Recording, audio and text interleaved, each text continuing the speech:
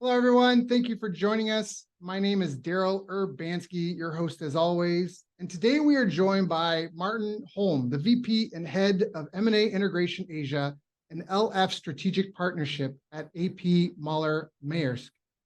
Martin is an inspiring agile leader known for his visionary approach to strategy, innovation, and technology adoption. With a remarkable ability to connect the dots and lead organizations to outstanding results, Martin embodies authentic leadership and a collaborative spirit. His global experience spans 6 countries across 3 continents, excelling in diverse roles within logistics, supply chain, e-commerce, and more. Martin's expertise is further enriched by his extensive board experience and educational background from prestigious institutions like Kellogg, Hong Kong University of Science and Technology, and INSEAD. I've asked Martin to join us here today to share his story and insights on driving change and achieving excellence in the dynamic world of logistics and supply chain management. So Martin, thank you so much for joining us, my friend. How are you doing? Thanks a lot for having me, Daryl. Doing great this morning and looking forward to the session. Yeah, and I'm excited to hear some of your insights. And I always like to start off by asking, how did you even get into this? Is this a family business type thing? Were your parents in supply chain and logistics and e-commerce? No, it's not. I have to say it happened a bit by chance at the beginning. I thought I should be a construction engineer, and then, I come from Denmark and I had to do national service. And during my and since then, I've had lots of great opportunities to develop, and I've stuck around. I love that. Was it all just sunshine and rainbows? You had some initial success and it's been nothing but sunshine and rainbows the whole way through, like just no pearly gates? Of course, the world doesn't work like that. I think part of the reason I've become actually very fascinated and very passionate about supply chain and logistics is the part of the purpose, right? One of the things I really like to do is to facilitate global trade, because when we trade with each other, there's almost in every little trade or big trade, there's value generated. This is not a zero-sum game. This is where we're trading with each other, and actually both parties are gaining something. Yes, I love this. 100%. And to be able to facilitate that, for me, has created a great purpose for my career. I love that. I love that. So what are some of the biggest challenges that you faced? Obviously, 6 countries, 3 continents. There's cultural differences. You're in Singapore. You're from Denmark. Singapore is culturally more similar to China than it would be to Denmark. So what are some of the biggest challenges that you've had to face in your career? Yeah, the biggest challenge I've had in my career was being responsible for recovering from a cyber attack. So that was definitely challenging. I was the chief operating officer of a $3 billion business at the time. And we lost all IT systems and eventually only got the first IT system back after 17 days. And we managed to keep the business running. So that was quite a challenge. Yeah, I'll put some fear into you. That'll give you some nightmares. So let me restate this. So you were CEO of a $3 billion company, and under your watch, cyber attack comes in, all the systems are down. And I mean, at this point, what do you do?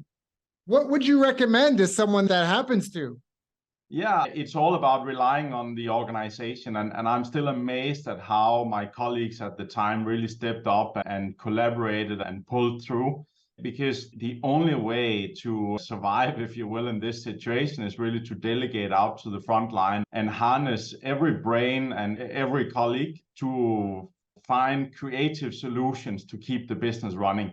And my colleagues managed to do that. Yes, I was leading the effort to get us back. Truth of the matter is that this was a real team effort. Great experience actually to see what an organization can really pull off in a time of crisis. Yeah, if I'm looking down, it's because I'm a writer downer. I'm not like on my phone or something. I'm taking notes. But so step 1, delegate to the front line. If this happens, the people that are in it, because I guess they have to figure out workaround solutions in the short term, while it's almost, if your power goes out in your house, perhaps it's different. Power goes out in your house, what's mission critical? Maybe the things in the fridge, in the freezer. Is it the middle of winter? Do we need to keep things warm? Maybe we need to make, so you start patching up the critical path solutions right away while you have a team dedicated to fixing the problem, it sounds like. Is that, yeah? Yeah, I mean, the first thing we had to decide was, do we continue to take bookings from our customers? And within 12 hours, and still honestly on very sketchy information about what this really was and how long it would take and everything, we had to decide, are we turning customers away or do we continue to take their bookings? And we decided to continue to take their bookings, but that was a pretty difficult decision to take. And then from there on, of course, it's about executing on the business, still making sure that we transport the goods that we've been asked to transport, that we're able to release it, that we're able to give at least some visibility of where that cargo is in the world, and so on and so forth. Wow. And so what were some of the other big challenges? That's great insight to that. I'm glad you brought that up, and I'm glad we gave people at least the basic, it's no holy grail, but at least something to think about in the interim if something ever happened like that to them. What were some of the other biggest challenges that you faced in your career? Yeah, I think, of course, much more recently, we've seen some incidents really driving, if you will, havoc in global supply chains. Now, yes. It started with the trade war between China and US back in 2018, and then, of course, the pandemic 2020 until 2022, probably. And when you're helping customers around the world running their supply chains and delivering their products, this has been the biggest challenge for the industry as a whole over the last, since the Second World War, I would venture. And I've heard that, I don't want to put words in anyone's mouth, but I've heard that the supply chain indicators are showing a massive slowdown in global trade right now. Is that?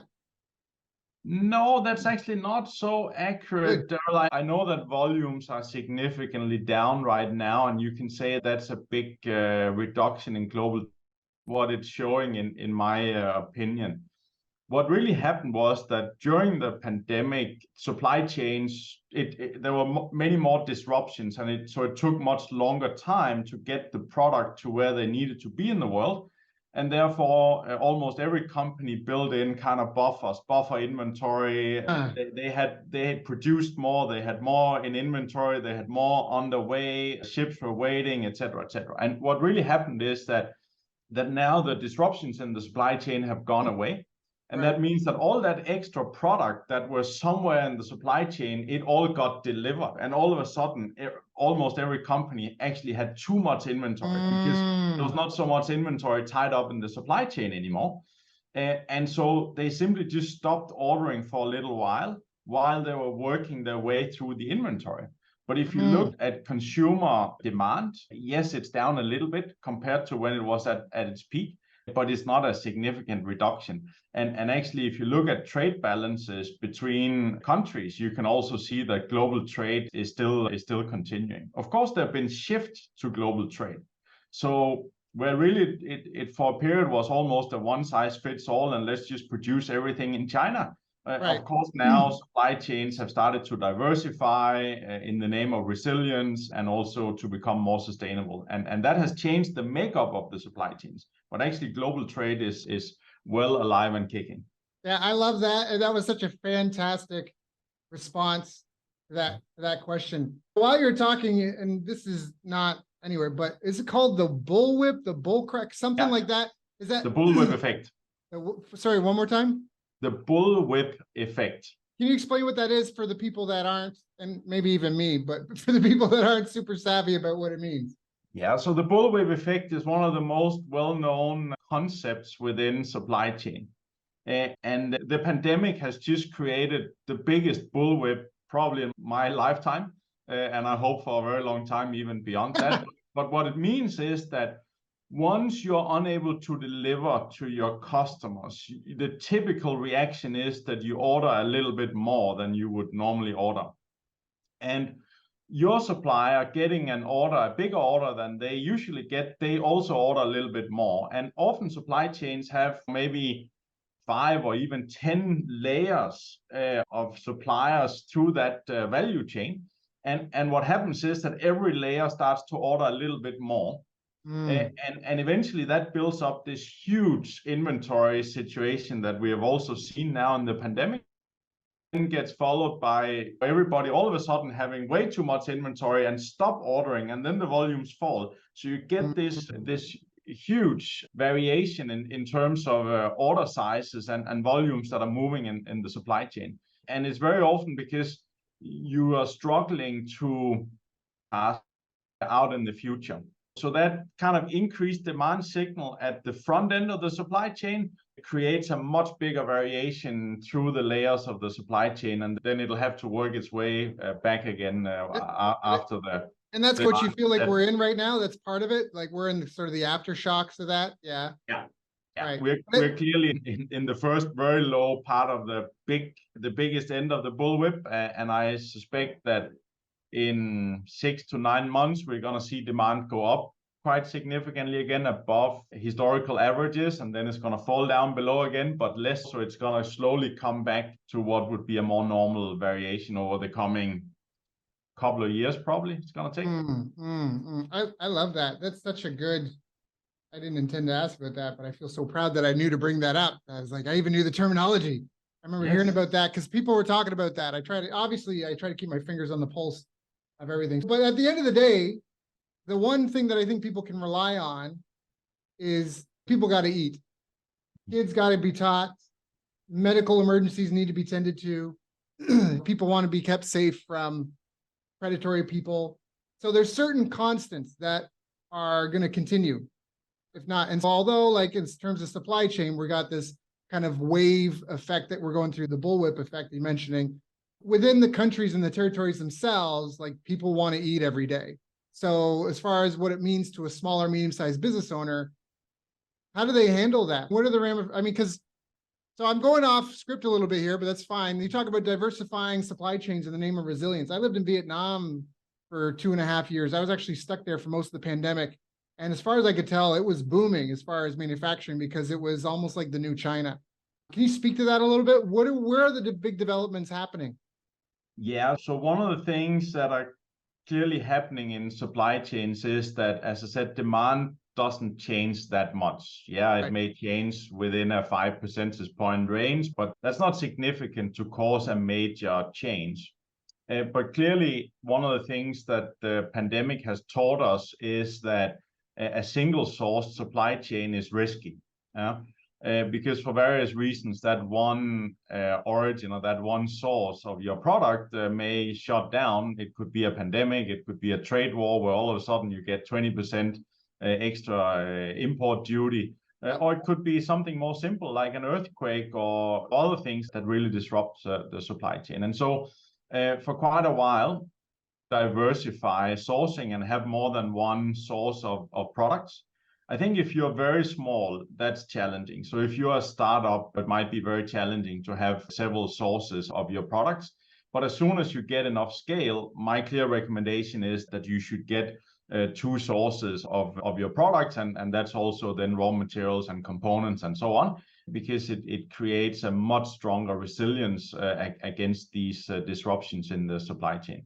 Yeah. And clearly that's causing right now, China has since for the last 20, probably 30 years been the factory of the world. And therefore the natural development now is that a lot of companies are diversifying.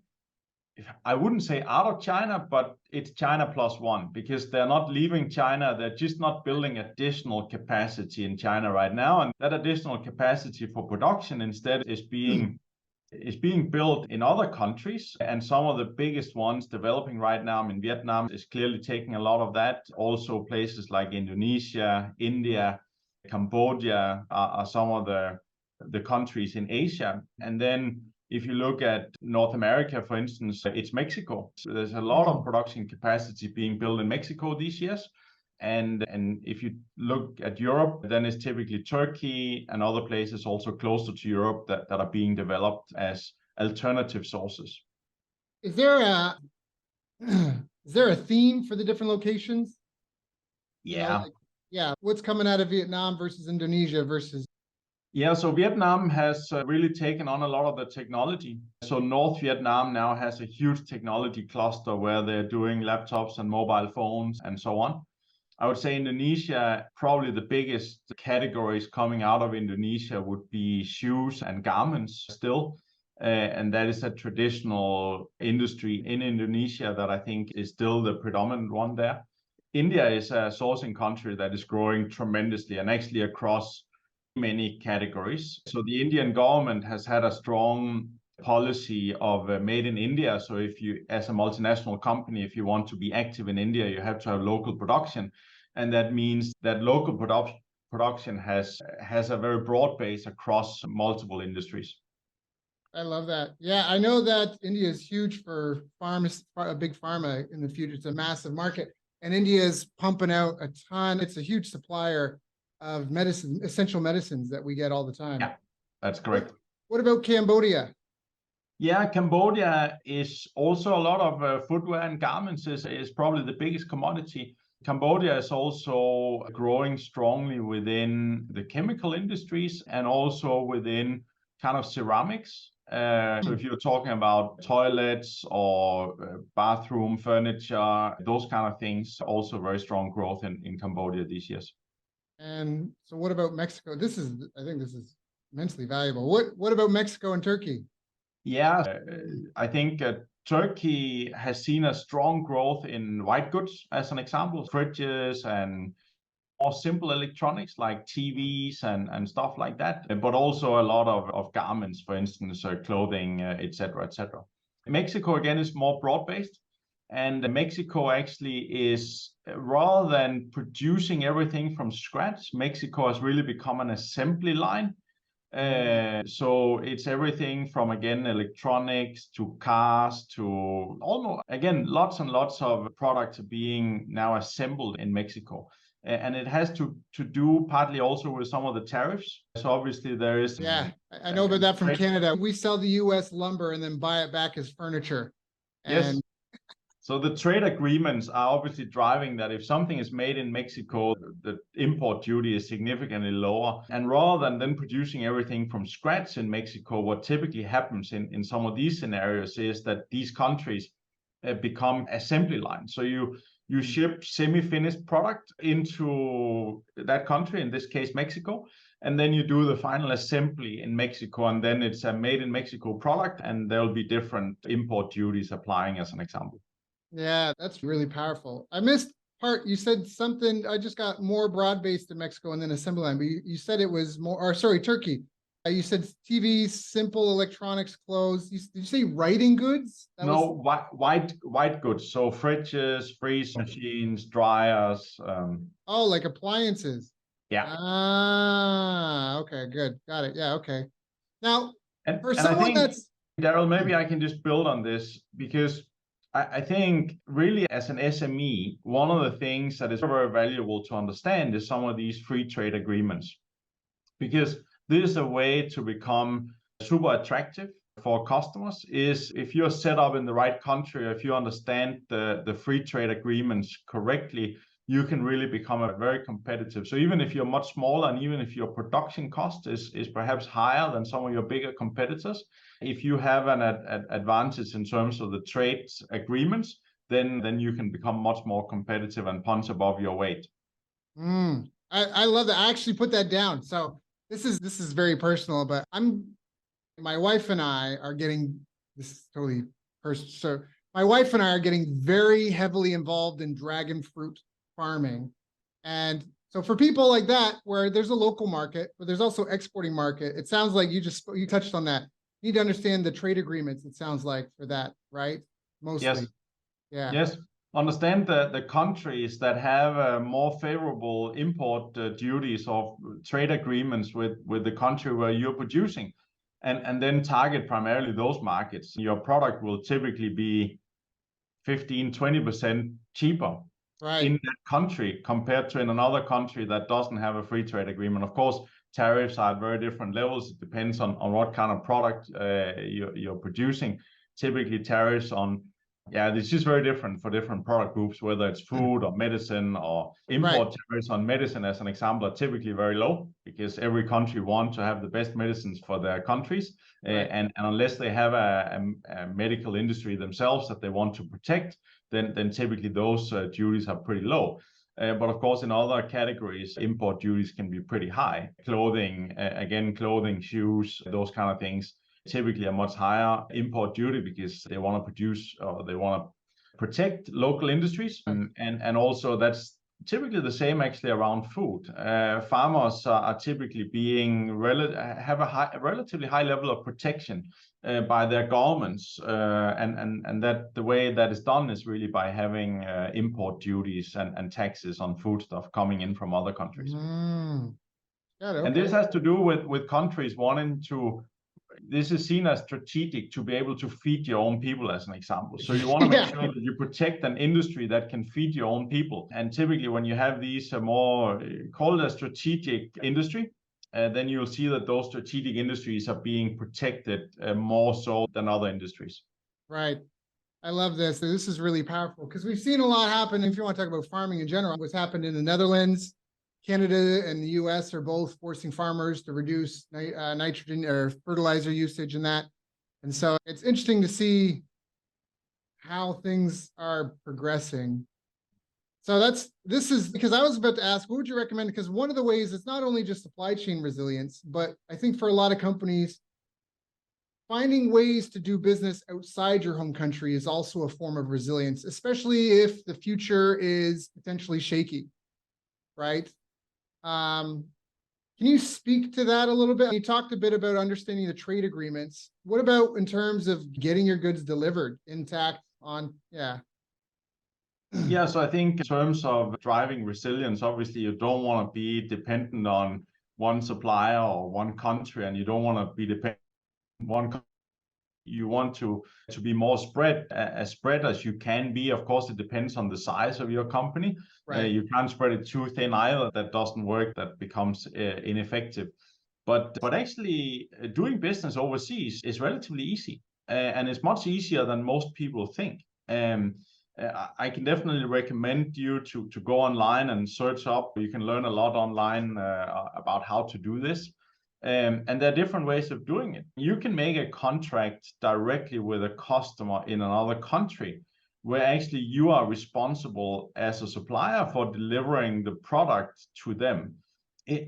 Within logistics and supply chain, there are certain trading terms that are used, and they're actually regulated by the UN, and they're where the terms here is called DDP, or delivered duty paid, and that means that the supplier is responsible for delivering the product wherever in the world that may be, and for paying the duties on that product as well. And that means that for the customer, they actually look at you as a domestic supplier, and there's no difficulty for them, or there's no hassle for them. And then you need, as the supplier or as the exporter, you need to find a logistics provider who can help you pay the duties and take care of all those things. But those suppliers are out there in the market. So there are many ways of doing trade, and it's actually not that difficult to do international trade. Of course, what some people do, and that's an alternative solution, is to find a distributor, right? So there are many companies who make a living of signing up with brands or with products or with suppliers, and they become the distributor for their market, and then they take care of everything, and that's another way. But of course, they will need to make a living, so they will take part of the margin. It'll also make life much easier if you're an exporter. So it depends a little bit. You can probably reach more markets if you work with distributors, and thereby you can spread your risk more. But it also depends on how big you are and how many markets you can really serve, and how much margin you can afford to give away for distributors to sit in between. I love that's such a great this is great advice. Now, what are some of the specific skills and behaviors that you believe are important for your staff to improve or develop? Yeah, I think it probably ties back to some of the mega trends that are happening in the world, and especially in the world of supply chain and logistics right now. And some of those mega trends is around digitalization and technology, obviously coming into the business much more than it's been in the past. So having an understanding of technology, and not necessarily how to build it, although that's also a great skill to have, but it's much more about how to utilize technology and keeping up with what's going on with AI and digital twins and all kinds of other things that are happening. That's an important one. I think supply chain is a network. It's very important to be able to collaborate. And of course, collaboration is many things. It's both building up relationships over really making them partnerships, if you will. but it's also something simple as languages, being able to communicate with Yes. suppliers and customers in other countries. And although I love Google Translate, I still It's don't think not, it's yeah. good. It's still not good enough that you can rely on it. There'll be too many misunderstandings or too many things, especially when you get into jargon around a product or about supply chain. Yeah. Yeah. That's such great advice. We've danced around some of this to really hit the nail on the head. Can you specifically try to itemize some of the greatest mistakes that you see either your clients or other entrepreneurs making? So I think the biggest mistake that I see, and probably the mistake that I see more, or the mistake that I see most often, is that customers they're not aware of or not prioritizing to really utilize supply chain and logistics as a strategic differentiator. Too often, logistics and supply chain is being treated as a cost, and it's not well aligned with the strategy of the company. So one of the things I always advise is supply chain and logistics has to follow the overall strategy of the company and support that overall strategy. And because the space is so dynamic, and also because companies are growing and company strategies are changing, you have to constantly make adjustments and even whole evolutions of your supply chain. And I don't see that happening. I see that too many are just using a one size fits all, leaving supply chain alone over in the corner. And to me, this is a pity, because there's a big opportunity to actually leverage supply chains to improve customer experience, to improve financials, to improve sustainability. There's so many things that supply chain can do for you if you utilize it in an active way. I think that's really important. I think I mentioned before, I spent about 50 grand US hiring 10 research assistants to help me go through all the academic literature on business success from all over the world. And having a locus of control is critically important. If you look at FedEx, having like their whole unique selling proposition was an excellent supply chain, excellent logistics. And so by having, it's a catch-22. I know some people, they talk about, I only do one thing and everything else I third party out. And that can work really well, but also you give up control.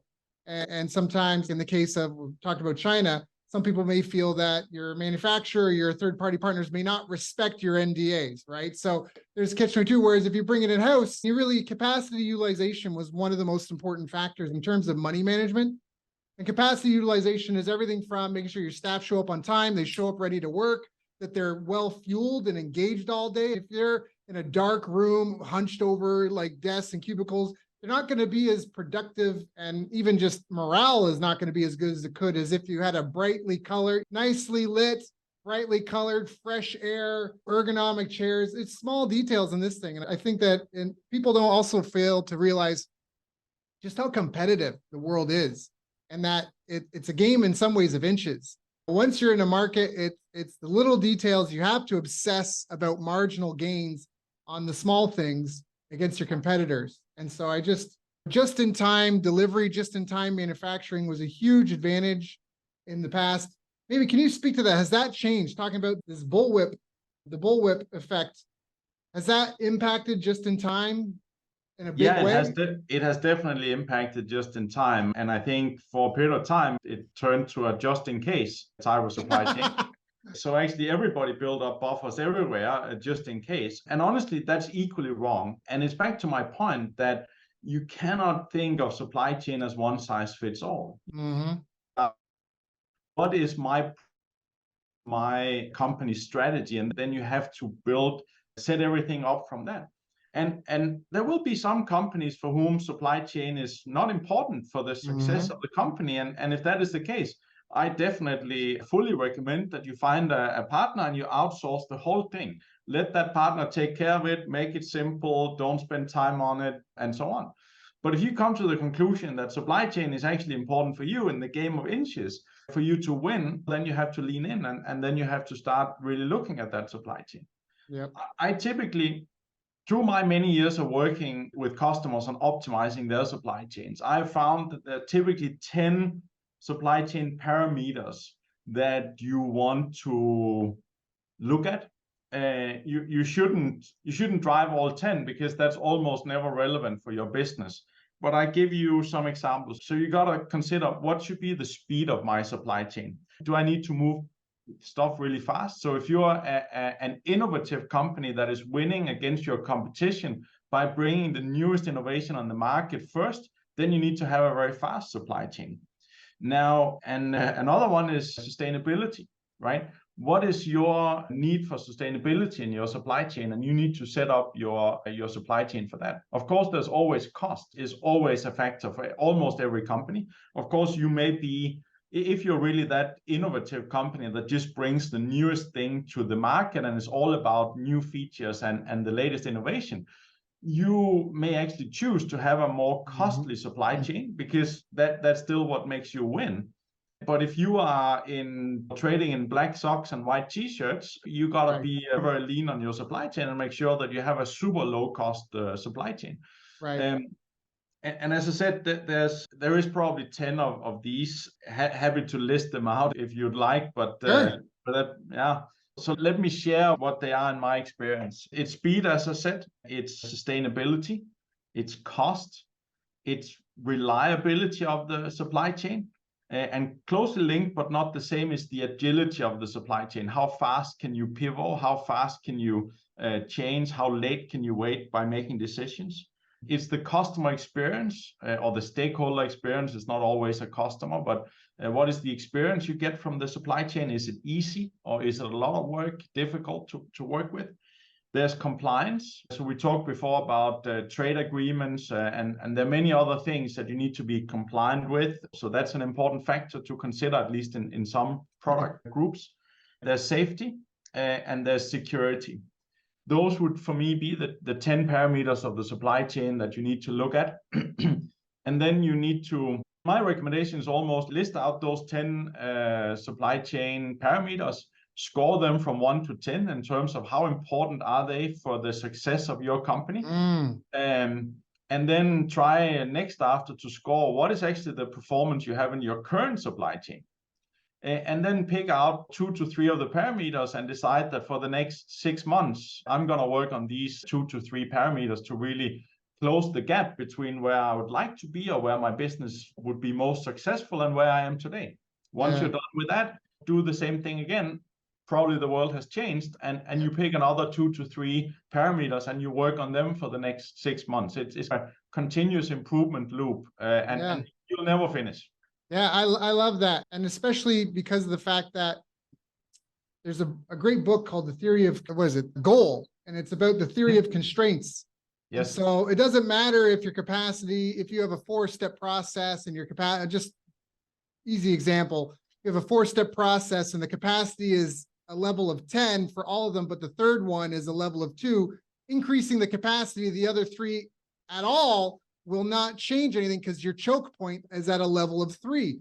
The biggest impact you can have is taking a look at that third step that's at a level of 3 and the other's at 10, and how can you expand that to now reach the level of 10? And a lot of people in their business, they don't know what they don't know, and so they just keep improving capacity in things that are not the choke point. And that's, I love this. Again, can we quickly go through those 10 again? It was speed, sustainability, cost, reliability, agility, customer experience or stakeholder experience, compliance, safety, security, resilience. Resilience. Resilience is the one we missed, and maybe I even missed it in when I was listing them out. That's okay. And resilience. There we go. And that's a fantastic exercise for everyone here to do. Just write those down. I think this is really powerful. There's some great tips that we had in this. Now, I have a question.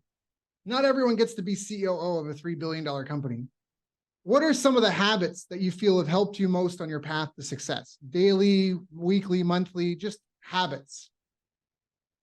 Yeah, for me, one of my clear habits is structure.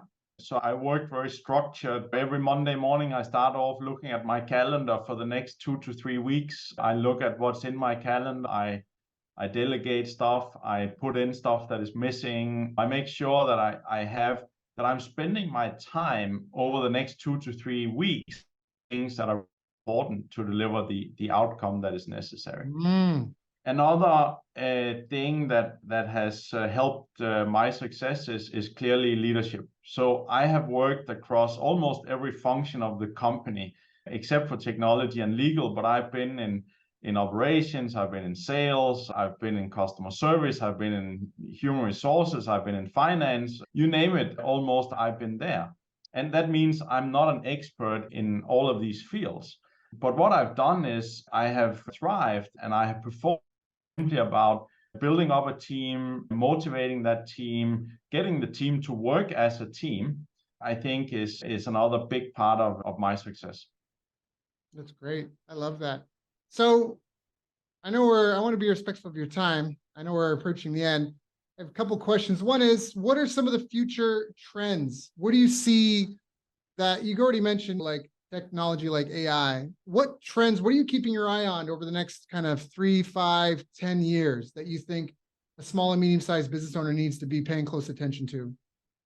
Yeah, so technology is a big one and probably the biggest one. And then it depends on how broad or how narrow you define technology, because automation or robotics is either part of that or it's the other part that is super important. And I think if you're in any kind of product range that requires some kind of manufacturing, these are very important trends to watch. Another thing to watch is the geopolitical situation. It could have huge impact on what will happen in global supply chains and in global trade patterns over the coming years. I'm unapologetic supporter of global trade. I think global trade has delivered so much value to billions of people in the world, and I think it's great. But obviously there is a risk to that narrative, unfortunately, right now. So that's definitely something to watch. And then I think a third mega trend to watch is sustainability. There's no doubt that sustainability is growing in importance across every aspect of it, and maybe it's broader than sustainability. Maybe you should say ESG, environmental, social, and government or governance issues, definitely also very important. Yeah, I agree with a lot of those. I think there's, and you don't have to agree if you don't, or even say anything, but it does seem like there's a couple of philosophies being given a lot of airtime in the world stage that seem to almost be anti-human civilization, like the zero growth philosophy for economics. Like I'm not sure how people die when there's no growth. There's negative growth when there's war and famine. That's how you achieve. So how the zero growth economy nonsense seems. Yeah, I don't believe in zero growth either, Daryl, but I do believe that we need to find a much more sustainable way of delivering that growth, because it's clear that right now we are environment we're living in, and that cannot continue. As an example at Maersk, and I'm super proud of this, I have to say, we were the first in the industry to make a commitment to get to net zero in terms of carbon emissions. And initially we said 2050.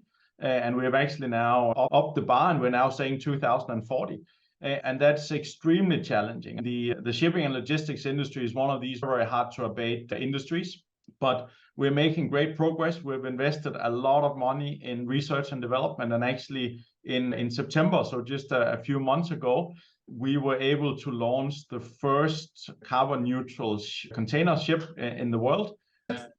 Sailing on green methanol, so proving that it can be done. And I have to be honest and say, 5 years ago I didn't even see a path myself towards this, and today we have a path, and now it's about scaling that path. Now green methanol may not scale to the global growth, but for now, it's the best technology that is there. It works here and now, and we are deploying that. And luckily, Maersk we're now not the only ones. So lots of other companies are following us. We're also collaborating and partnering with them, because quite frankly, this should not be a competitive field. This should be something where we all collaborate to decarbonize supply chains. Yeah, I agree on that. I think it's really hard to refute that there's, I don't want to say overdevelopment, because there's a lot. It's a weird catch-22. I don't want to go over too long. I want to be respectful of your time, but I think this is an important, since it's such a pertinent topic.